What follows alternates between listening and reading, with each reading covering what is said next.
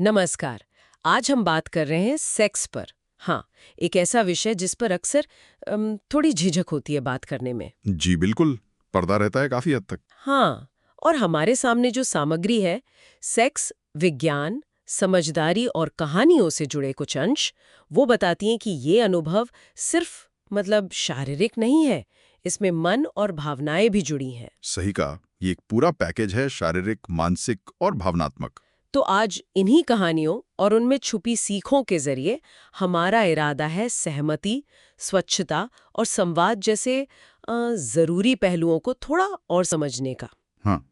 ये सामग्री 3 कहानियों से बताती है कि सेक्स सिर्फ आनंद नहीं, बल्कि इसमें जिम्मेदारी और आपसी समझ भी शामिल है। और इन लेखों में एक बात पर बहुत जोर है कि इस चुप्पी को तोड़ना जरूरी है, ताकि समझ बढ़े, सम्मान बढ़े। तो चलिए फिर इन विचारों की थोड़ी गहराई में उतरते हैं। जी, शुरू करते हैं। तो पहली कहानी है राज और सिमी की।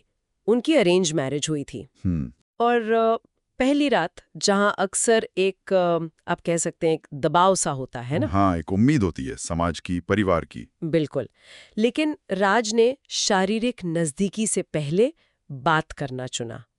सिमी की मर्जी, उनका आराम, उसको प्राथमिकता दी। ये बहुत अहम है। उनका कहना था, और ये मुझे बहुत अच्छा लगा, सेक्स में सबसे जरूरी चीज होती है सहमति, सीधा और साफ। बिल्कुल। और ये कहानी यही दिखाती है कि पहली बार यौन संबंध बनाने से पहले, खासकर एक अरेंज मैरिज में, वो मानसिक और भावनात्मक तैयारी कितनी जरूरी है। हाँ, सहमति का मतलब सिर्फ हाँ कह देना नहीं है। नहीं, बिल्कुल नहीं। उसमें दोनों की बराबर की खुशी, वो उत्साह, वो सहजता, वो सब शामिल है। सही बात। ये रिश्ते को एक अलग ही शुरुआत देता है ना? पारंपरिक सोच से हटकर। जी, एक ज्यादा सम्मानजनक और बराबर की शुरुआत। सहमति के ठीक बाद ये सामग्री स्वच्छता पर भी काफी ध्यान दिलाती है, सेक्स के पहले और बाद में। हाँ, ये भी एक पहलू है जिस पर कम बात होती है। इसमें कुछ बहुत बुनियादी मगर जरूरी बातें हैं, जैसे हाथ और गुप्तांगों की सफाई और इन्फेक्शन से बचाव के लिए संबंध के बाद यूरिन पास करना, और हाँ, कॉन्डोम का इस्तेमाल। जी, कॉन्डोम तो बहुत ही जरूरी है। प्रेगनेंसी और एसटीआई यानी यौन संचारित संक्रमण, दोनों से बचाव के लिए। हाँ, दोनों से। और ये भी कहा गया है कि ओरल सेक्स में भी सफाई उतनी ही जरूरी है। बिल्कुल। और देखिए, ये स्वच्छता सिर्फ सेहत का सवाल नहीं है। अच्छा। हाँ, इन लेखों के मुताबिक ये आपसी सम्मान दिखाने का भी एक तरीका है, एक दूसरे के प्रति जिम्मेदारी का प्रतीक है।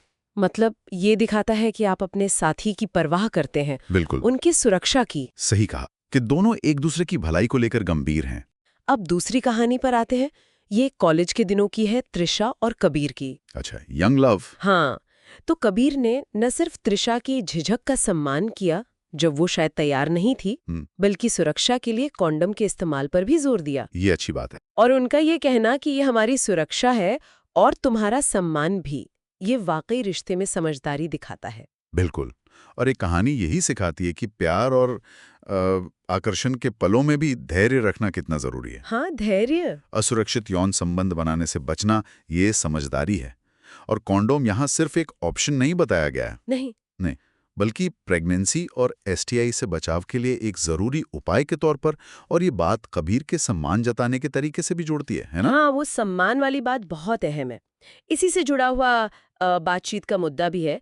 सामग्री कहती है कि सेक्स के बारे में खुलकर बात करना बहुत ताकतवर हो सकता है। जी हाँ, कम्युनिकेशन। अपने साथी से पूछना कि उन्हें क्या पसंद है, क्या नहीं, या अगर कोई डर है, कोई तकलीफ है, तो उसे बताना।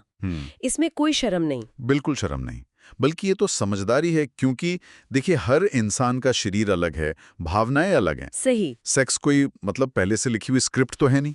नहीं। तो जब आप खुलकर बात करते हैं तो गलतफहमियां दूर होती हैं, और वो जो भावनात्मक जुड़ाव है ना, वो और गहरा होता है। हाँ, आप सच में समझ पाते हैं कि आपका साथी क्या महसूस कर रहा है। एग्जैक्टली। और ये सिर्फ नए रिश्तों के लिए नहीं है ना? नहीं, बिल्कुल नहीं। तीसरी कहानी यही दिखाती है, रेखा और विशाल।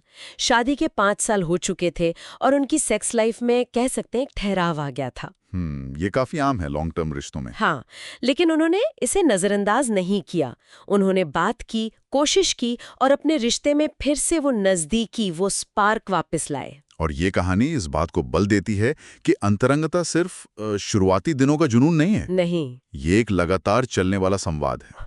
रिश्ते में कभी भी किसी भी मोड़ पर अगर दोनों चाहें तो आपसी कोशिश से उस चिंगारी को फिर से जगाया जा सकता है। एक सतत प्रक्रिया। बिल्कुल, एक सतत प्रक्रिया। तो अगर हम इन सारी बातों का निचोड़ निकालें तो इन स्रोतों का संदेश काफी साफ है। सेक्स को समझें, सीखें और सबसे जरूरी सम्मान दें। हाँ, सम्मान। इसे सिर्फ एक शारीरिक क्रिया न समझें बल्कि गहरा भावनात्मक जुड़ाव समझें। हाँ, और जैसा इन कहानियों में हमने देखा, जब इस विषय पर ईमानदारी से, खुलेपन से बात होती है, एक दूसरे की देखभाल का भाव होता है, तो ये अनुभव न सिर्फ सुरक्षित होता है बल्कि कहीं ज्यादा सार्थक और खूबसूरत बन जाता है। बिल्कुल। तो इन विचारों और कहानियों के आधार पर एक सवाल मन में आता है सोचने के लिए जी। कि अगर हम सहमति, संवाद और आपसी देखभाल के इन सिद्धांतों को व्यक्तिगत तौर पे भी और शायद सामाजिक तौर पे भी पूरी तरह अपना लें, तो अंतरंगता को लेकर हमारे अनुभवों में और हमारे नजरिए में कैसा सकारात्मक बदलाव आ सकता है, इस पे सोचा जा सकता है।